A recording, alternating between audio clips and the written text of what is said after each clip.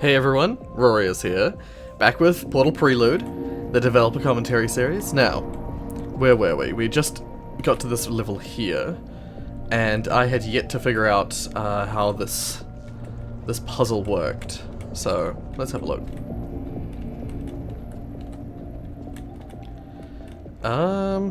I actually am not 100% sure, because when I tried to utilize this ramp before, it didn't quite reach me the distance I wanted to go.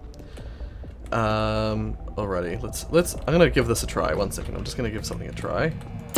Actually, no, I needed to have the portal there to get up here, didn't I? Oh god.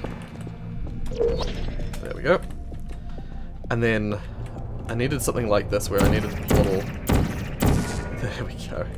Once again, I feel like this might not be the genuine solution, but oh well.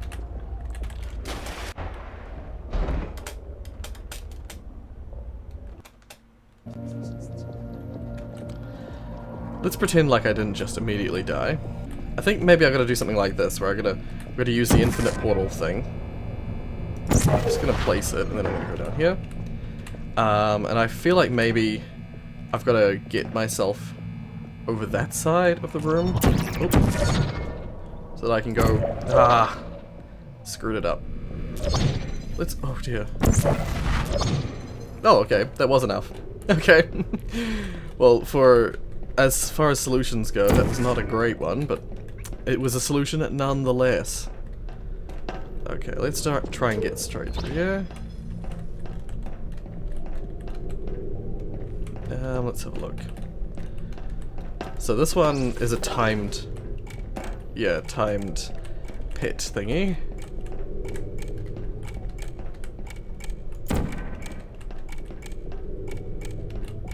It's not enough to, okay, wait, I'm gonna go up here first, just really quick.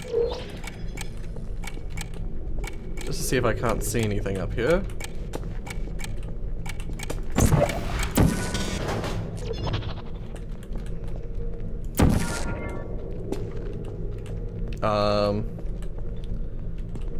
Oh, I can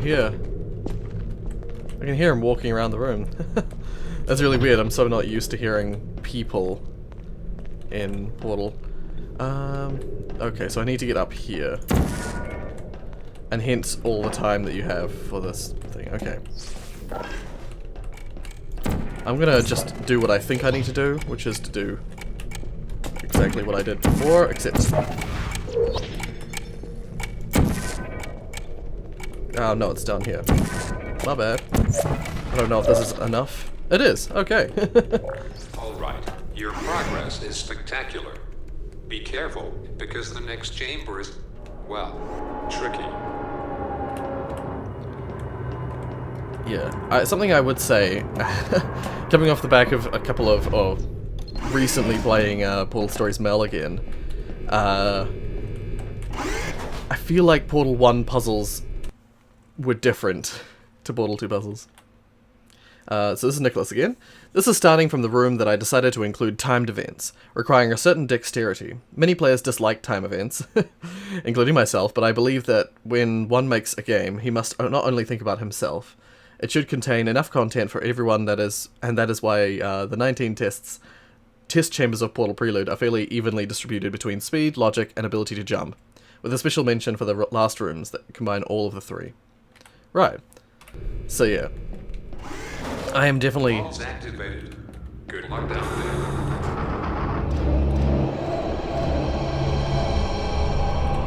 Oh dear.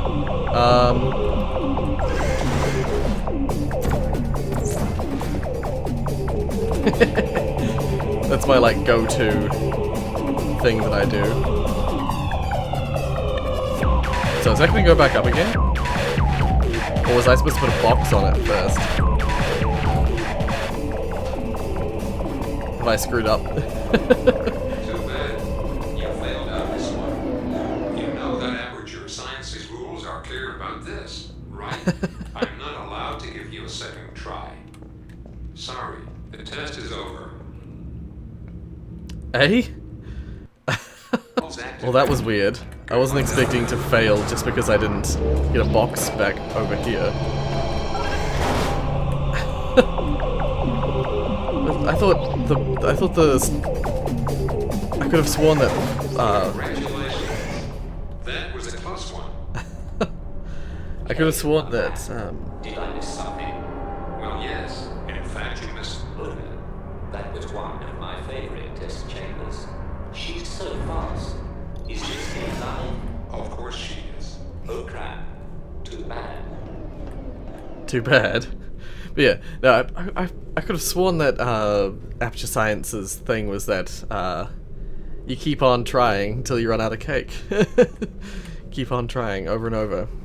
Anyway, another node. Once again, Nicholas. During the development, a friendly map and very agile with lighting advised me to get out of the portal's ambience where everything is always in its place. The test chambers are test chambers. Behind the scenes sections as well. And we stick there, what? In Portal Prelude, I tried to somewhat marry the sanitized blue colors of Portal with the red colors of the behind-the-scenes section. This often gives an opportunity for the player to remember that they are not in an ordinary suite of test chambers, but in a huge and oppressive machinery. Alrighty. Yeah, okay, that's an interesting idea. Do you know that 30% of our test subjects die in the previous room? I'm sure that makes you feel happier. It's funny because I didn't die, but I was forced to fail the tests because I didn't do it. It's a weird choice of. Welcome to the 7th test chamber. If I were you, I'd be careful with these tools. For one, I recommend you listen to what this guy says. I'm always right. Yeah, like my stepmother. However, I do not recommend you to listen to her. Hey, shut up.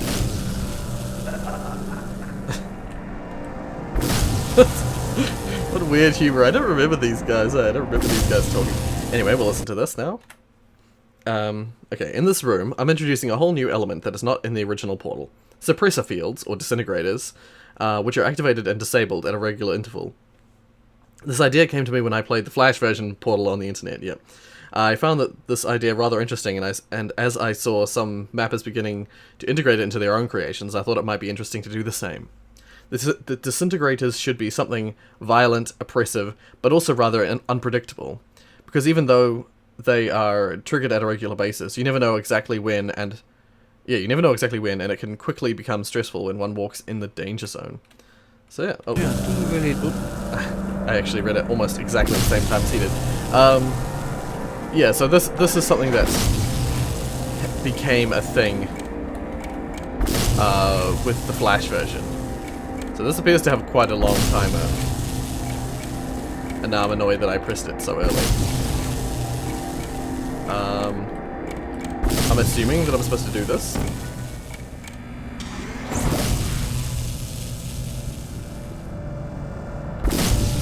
Okay.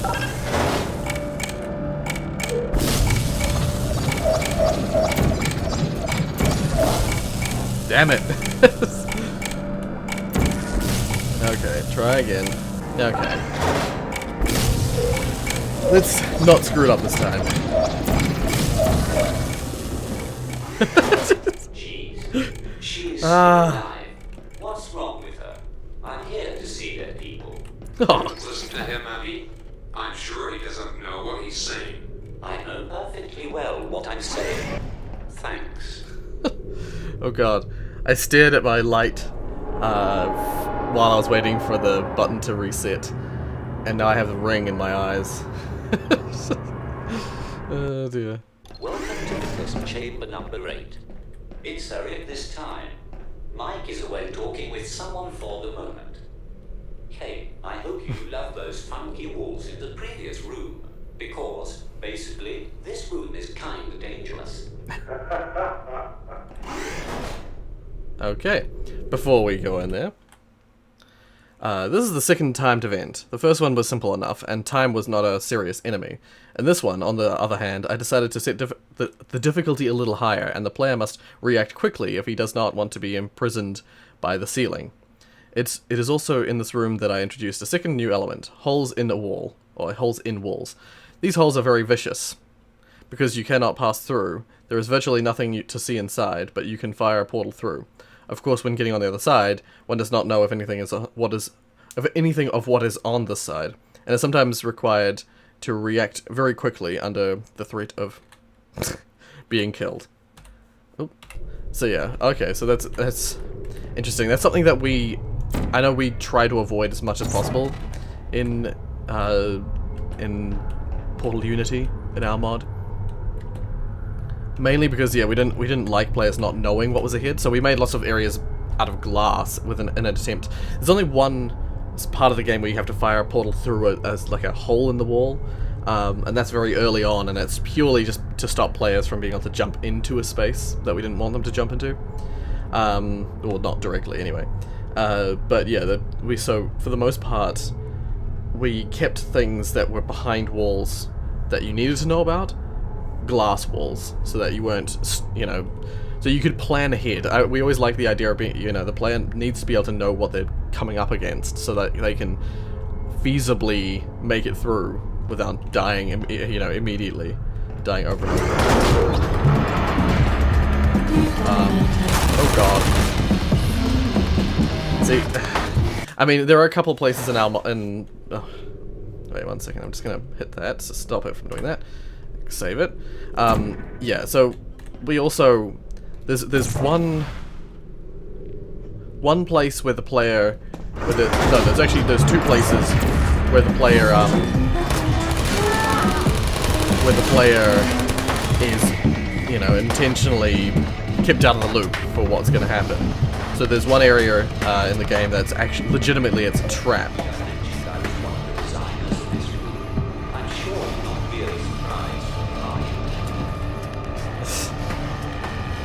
Okay.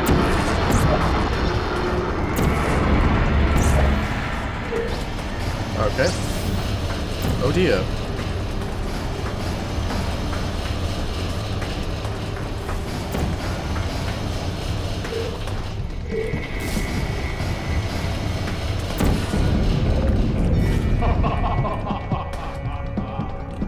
Yeah, made it through. Well, it looks like you were far more competent than every other girl who attempted this test. As far as I know, only 3 or 4% of the subjects reached the 9th room safely. Well, cool. So yeah. In reality, this room is not complicated at all, and there was way enough time to escape if one stayed calm. It is precisely what is fun in this level. Basic players will panic very quickly when they see the ceiling going down, and they'll mostly lose sight of the objectives. Although they are very simple. This is something I always love to look at when players test this room. So yeah, I like to believe that I panic, but I work well under panic. I very quickly panic whenever music like that pops up. I don't even need to know what's happening. I just hear the music and I think, oh god, I gotta do this quickly. And then I fairly rapidly make my way towards the end. Alright, we'll listen to this straight away. Whoops. A new jump is used in this room. I do not give him any name. Oh, a new jump? Give him any name. But it could be nicknamed the infinite jump, okay. The aim is to use a drop in order to get more and more inertia and jump higher and higher. What is very difficult in this jump is that we must never rest. Not only one must remain upright, handle reversals, and manage not to lose the north, but above all, one must not forget that he can quite quickly lose height if he stops moving from one portal to another. In fact, it's pretty hard to master, but quite interesting once you understand how it works. Okay, my reading's not on point today. It was on point the other day. Okay, that's enough. This is starting to get really boring. I'm leaving. Don't worry. Mike should come back in a minute or two. It was a pleasure to meet you. I'll probably come back if you reach the 17th or 18th room. Those last rooms are my favorites. 46 dead since their creation. Oh god. I don't know if I approve of the, homicidal, aperture science scientists.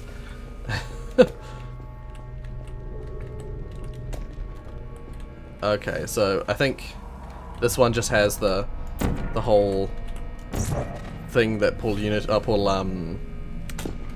the, what was it, portal, blue portals has. Where you just gotta do this for a bit. Ah! Okay.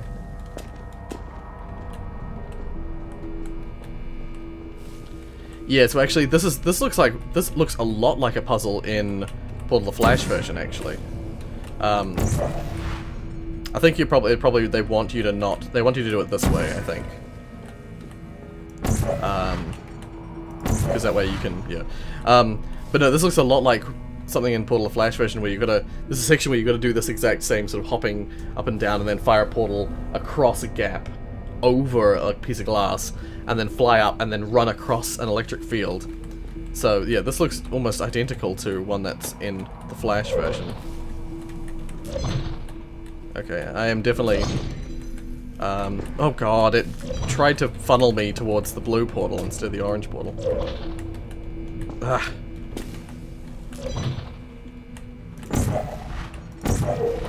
Okay. Skip to me doing this well, right?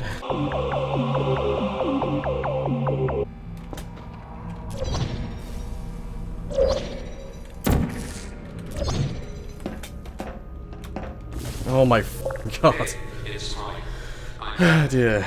Someone asked to talk with me. Actually, I don't even know who he was, but he sure looked like a powerful bureaucrat. Anyway, do you know where Eric could be? Pretty sure it's supposed to be a G-Man reference. I'm just gonna quick save it real quick. I'm gonna do something. It's probably gonna get me killed. Yeah, it's G-Man reference. He's right there. Okay, let's listen to this quickly. It's Nicholas again. The interesting thing with this room is that there are 2 Easter eggs, but also 2 methods and 2 paths to reach the exit. Look carefully. Yeah.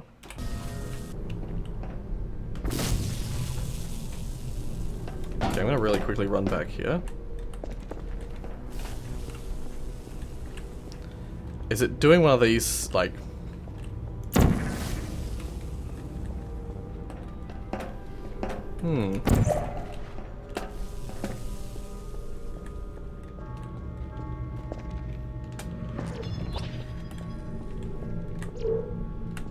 Right. Oh, there are 2 Easter Hey, eggs. you thought I was not watching you. Where the hell are you? I can't see you on any camera. How are you going to get out of here? That's funny. Mike suddenly, what's his face is suddenly back. The orange guy. I'm gonna call him orange guy and blue guy because I will not remember their names for whatever reason. Just bad with names. But yeah, totally a Ratman den with milk and beans and stuff. So yeah, that's what they were referring to with, oh god. I don't think I'm gonna be able to do it this way. Oh, yep, no I did. So yeah, you can, oh my god. You can get to the end by doing that portal business. But yeah, we'll just, let's finish the level. Actually, before we do. Oh god. G-Man reference. LOL.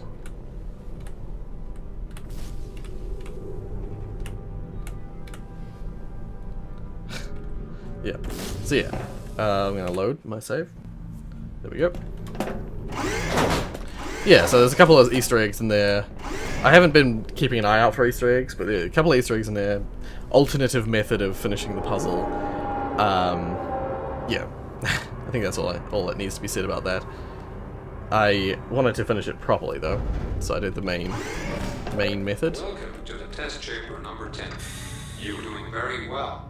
You were halfway through to the end. Whoa, what's with these? And a bit strange, maybe. He's upside down. Well, I'm upside down, actually. Oh dear. Okay, so there's 3 commentary nodes right here, so this is going to be a bit of talking. I do apologize, but that's what you're here for. So, here is the 3rd room created by an external author. When Jeremy introduced me with this map, I was very interested in the idea, knowing that Portal is already very confusing when one uses portals. The idea of making it confusing even without the use of portals was very fun. Awkward gravity.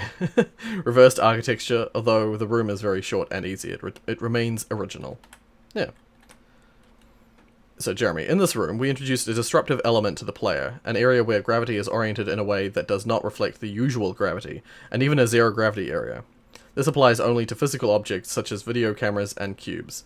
We also flip the observation rooms upside down to make the player believe that he's walking on the ceiling and not the ground. Yeah, I actually think that's really clever. Oh god, during the development of this game, if there was something that preoccupied me during several months without finding any solution, it's the subtitles. Sometimes it was displayed, sometimes not. Sometimes in a given place, sometimes in another. In a somewhat random way. Starting from a given moment, it totally stopped working until the next level. Of course, it was a huge problem, because not everyone can understand spoken English, and with no subtitles, it was totally worthless. And on the 25th of August, 2008, while I was looking again and again for a solution to this problem, I found it.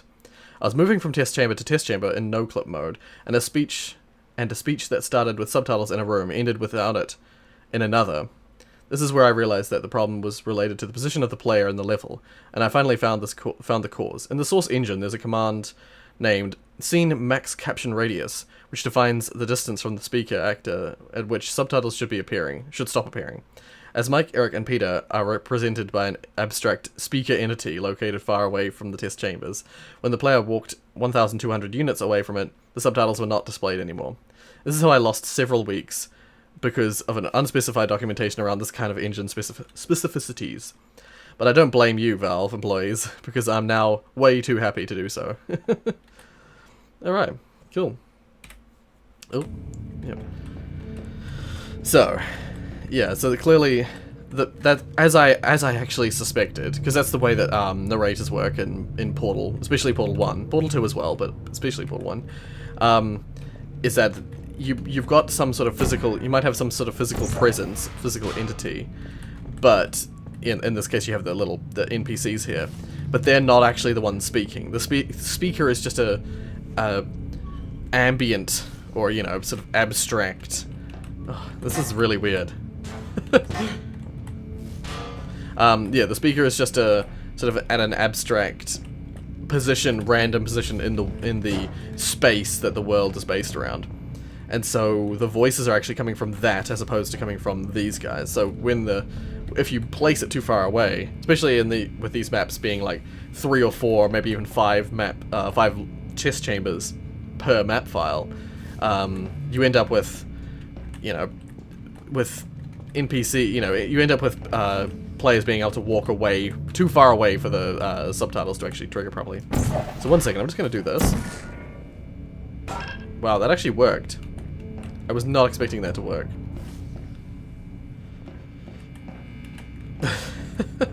I'll be very curious to see how they implemented these gravity zones.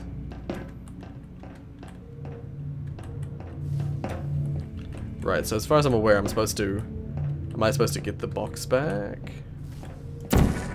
It does kind of look like that.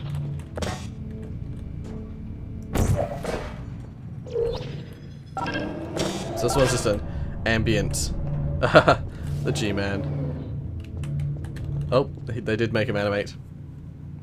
Oh dear. Alrighty, cool. Oh.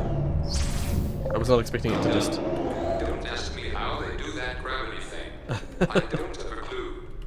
I asked a colleague if he'd like to replace Eric, and he's okay. He should join us during the next test. His name is Peter, another so British guy. I find it funny because discerning where the person comes from is very strange when it's, a robotic voice. Anyway. Oh god. People often ask me, why do I have used voice synthesis and not real actors to make the voices of Mike, Eric, Peter, and others? The answer is quite simple. Because of the time, the organization, and the equipment that it requires. First, the scripts were never really fixed. They have suffered a lot of changes. Wait, were never really... fixed as in still, sort of thing. They have suffered a lot of changes, even until the end of development. With real actors, I should have given them the script once it is fixed. And this situation was too long to reach.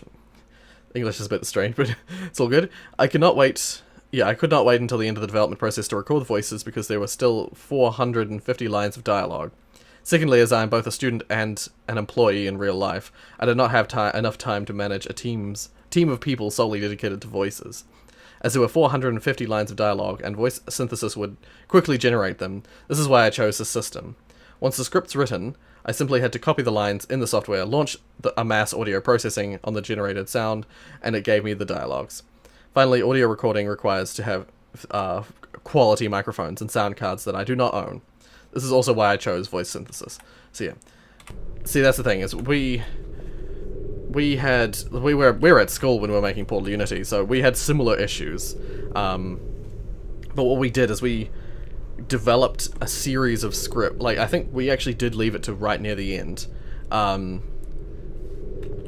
what we did is we didn't have too much set required, you know, we had a lot of it sort of slightly more generic than you would need, you know. We tried to avoid having the speakers talk directly about the puzzles and directly about the levels that you're in.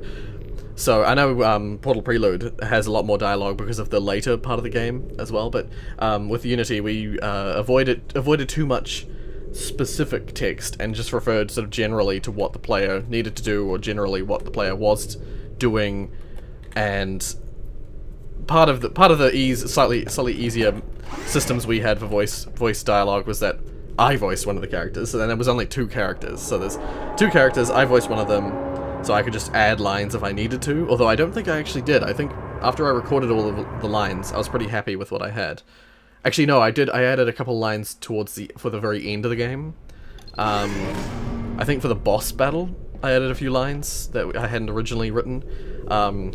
And the other voice actor was a girl from our school, so her thing was a little bit more difficult. I think what we ended up doing was we had completed a lot of the game, and I had written up a script like somewhere along the lines, or I'd been writing up a script, and we got her to do all the recording in one session, and we used equipment that our music department had at school, and utilized that. So yeah, we did all the recording as quickly as possible around that time, towards the end of the development. And yeah, I think for you know, how old were we? 15, 16-year-olds. I think we did a pretty good job of the dialogue lines, although I do know a lot of people disliked the dialogue, and I personally was a little bit bothered by a few of my own lines, as well as some of the girls' lines. But yeah, I want to re-record it for Portal Unity, but I don't know if the effort of getting re-recording all of them just for it's like a flavor change of voice is worth that effort. We'll see what happens. Welcome to the 11th test chamber.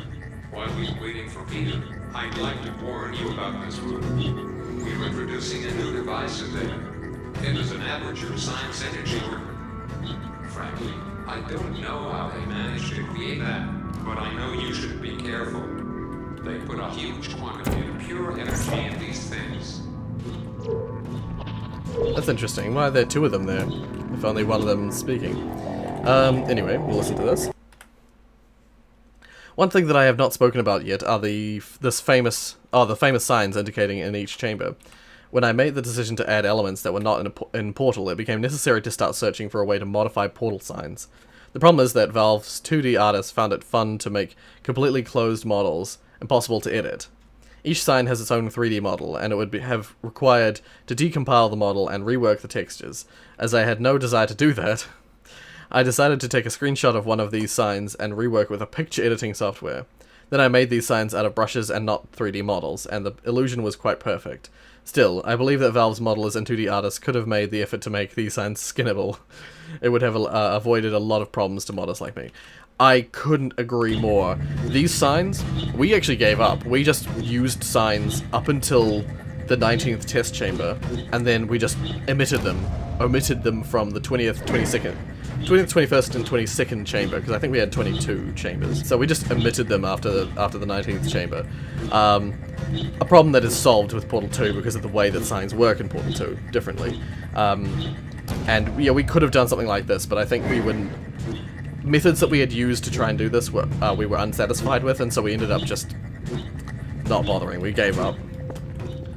yeah, when we saw the way that they had done those signs, we were very annoyed because we basically couldn't use them. And we didn't know anything about modeling or anything like that, so we avoided them as much as we could. Right, okay.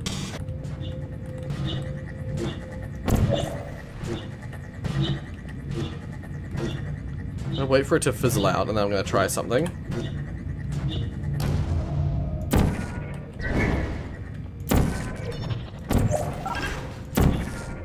Okay, so we go up here, and there. Oh god, I hope that's not too long. I hope it's not gonna die. Whew. That was close.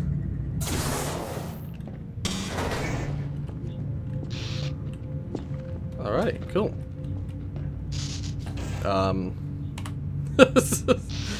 So, hooray! And then shooting with turrets. I freaking knew it! Oh god. How am I supposed to freaking...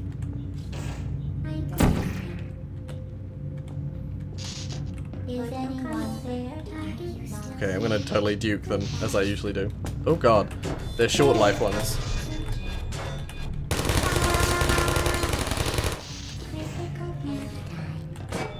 You're damn right. Okay, well done. You know, there's something I'd really like to know. How the hell did they manage to create these energy orbs? I mean, we were in 2001, not in 3001. Ah, so they decided to place a date on this. Welcome to the test chamber number 12. I'm Peter. I think Mike told you about me, right? Yes, indeed. Let me introduce myself. I'm Peter. I worked here for 18 years, and I am not happy to be here. Oh God, not this again, please. You asked for me. I take the I love the sort of like they try to give the impression that they've got some sort of it's like I'm not happy to be here. I'm here because like you made me come here sort of thing. I like that they've done that, but they've used the synthesized voice, so it's like I am not happy to be here. I find that really funny. So yeah, they've got the as he named it, infinite loop signs on here. They've got the crusher, disintegrator, and then they've even got an infinite portal image, and they've got cake. But I don't know if they utilize cake very much in this game. Not like we did. Okay. Somewhere around the end of the development, when I had to start making the reference records for the challenges in number of portals, steps, and seconds, this is the chamber that surprised me the most. Although the basic method to solve it needed at least 7 to 9 portals, I finally found a new solution using only 4 portals, light years away from what you had to do normally to finish the challenge. I didn't fix the room because this method is somewhat difficult to find and reproduce. Oh, okay. And we'll listen to this one immediately as well. In this kind of room, where the architecture is somewhat basic, a big cube, and the available space big enough, it's always a challenge to try and do something nice to watch. Right, and avoid the monotony of metal and concrete textures. The technique that I often use during the development of this mod is to create some irregularities of the walls, lights or holes or shifted cubes. During the level design process, this is something that I hated to do because it was not interesting at all, and mostly very repetitive. I also had to think about the fact that each change in the architecture was a potential opportunity for players to hijack these elements to their advantage.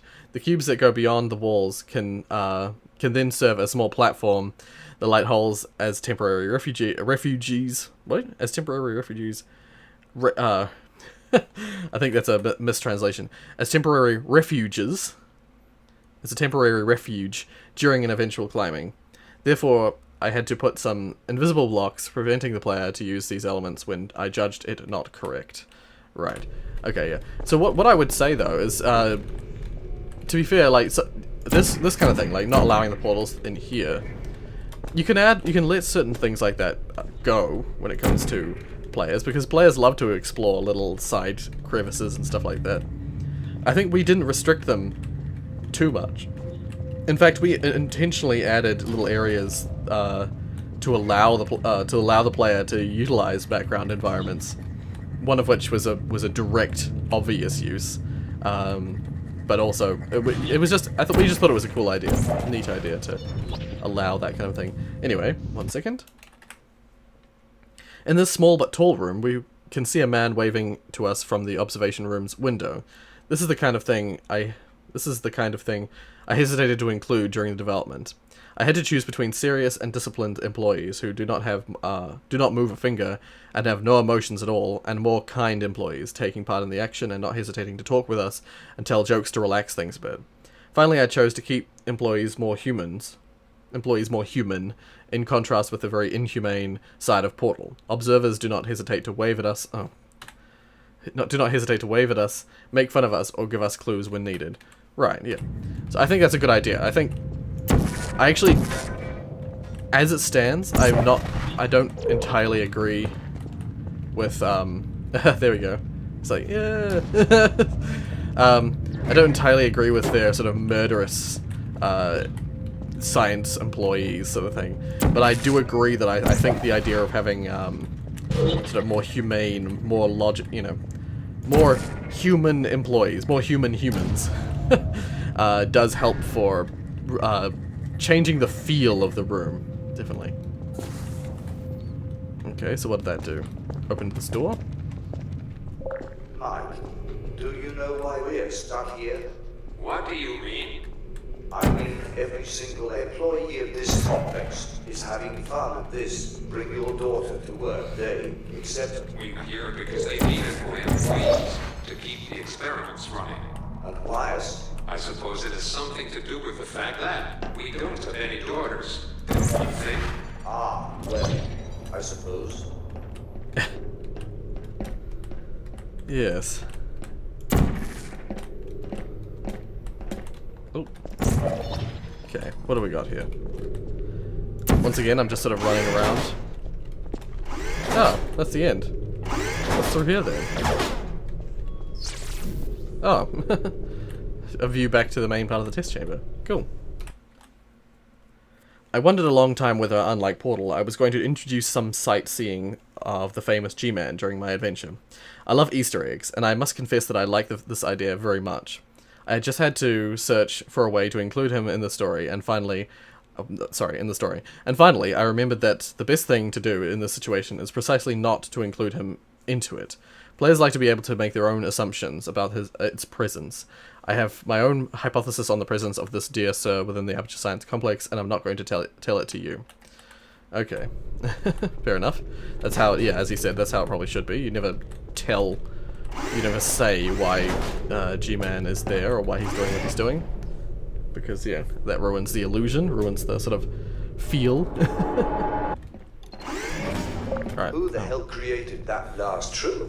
It was supposed to be the 12th test chamber, not a kind of Alice's Adventures in Wonderland. I don't know. But these tests are supposed to be feasible, at least until the 14th test chamber. Okay. Okay. Alrighty. So yeah, we're up to the 13th. What we'll do is we'll finish this one and we'll get to the 14th chamber, and I think we'll call that the episode. Because I am running a little bit longer than I would normally do on this episode. So let's have a listen. Yeah. In Portal, Chet Felizek said that the first rooms voluntarily had a single solution to help the player learn faster. As I assume that the players have already played Portal before playing Portal Prelude, it is quite unnecessary to go back through a learning period again.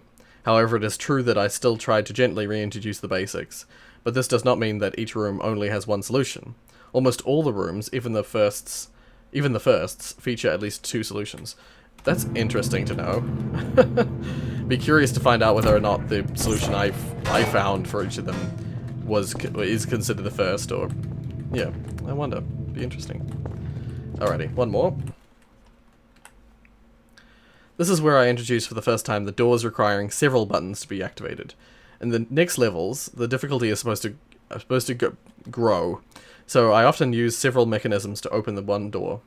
In the last test chamber of the game, you must activate 4 mechanisms before being able to open the exit door. I think this is the same form of freedom given to the player. What? This is some form of freedom. Right. He knows what he must do, but he had no particular order to do so. Right, I see. Yeah, I get it. We had similar deals, but I think for the most part, our multi-door puzzles required, I think they kind of were linear. Like, you had to unlock something in order to unlock more of it, and then, yeah, you had to take it in steps.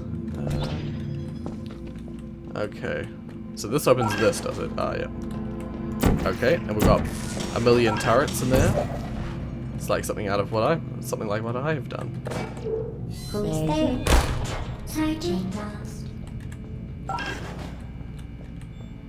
Sneak mode activated. Oh god. I could see that happening as soon as I started that. Alright. So we're back. My problem last time when I did this was that I did not allow for enough space. I'm going to assume that button purely... Wait, does that drop something? It does. It drops a... Oh, wait, no, it doesn't. What's up there? There's something up above the dropper. Interesting. I might have to no-clip at the end of this puzzle. Okay, I'm just going to leave that because I don't actually think you need to go through there just yet. Oh, wait, there's another node. Let's listen. The idea that the player can see the exit door but not reach it is something that I love to implement in my levels. It's right that it may give him a frustration feeling, but it also allows him to know where his goal is. This is one of the basic level design patterns, like the loop or a bounce. Yeah. L'idée que... Oh, jeez. Yeah, so... That's an interesting thing he's mentioned there, because that is something that you see in a few puzzles in the likes of Portal 2. Yeah, being able to see the exit does mean that you can sort of try and guess, or you can try and figure out how the rest of the puzzles to be solved, because the ultimate goal is to get to the exit. So yeah. Right, let's have a listen to this as well. In this small observation room, you can see and hear an Aperture Science employee sleeping and snoring loudly. This is one of the things I tried to communicate to the player through this adventure. Employees of this complex are not having fun here. Their work is tedious, lengthy, and repetitive.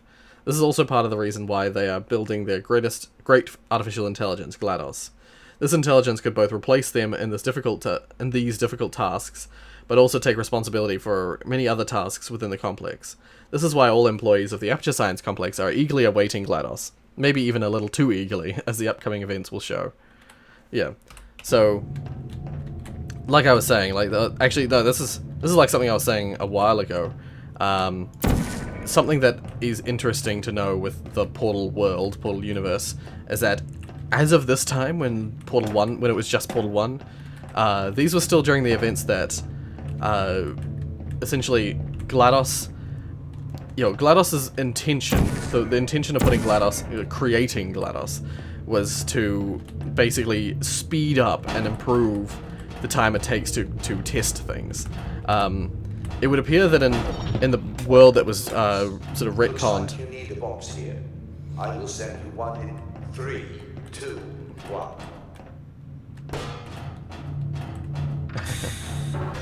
It would seem like the world they created in Portal 2, GLaDOS was not really needed or originally intended for the purpose. It seemed like they changed the purpose of GLaDOS to some degree.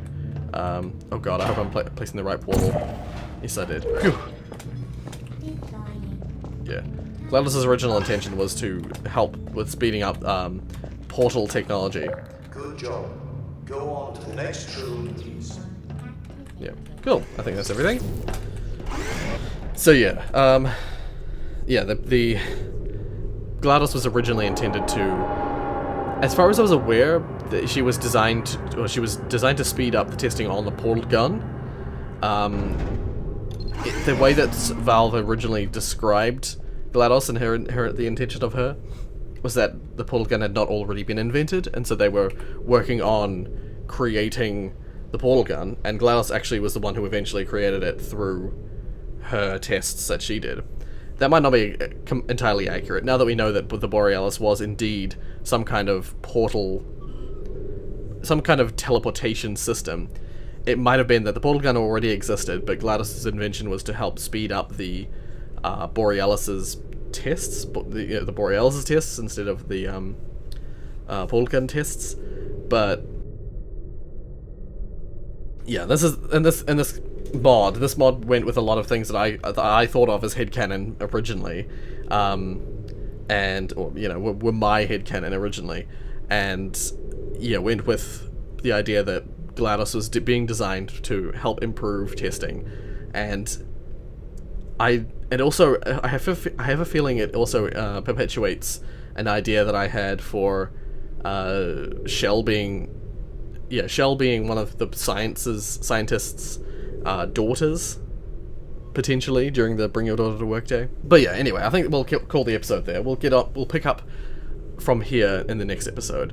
Hopefully I can cut this down a bit, because this is quite a long episode for some reason. I don't know why. I don't feel like I've been playing for ages, but nevertheless, all good. If you like what you saw, hit like. If you want to see more from me, then subscribe. Thank you so much for watching, and as always,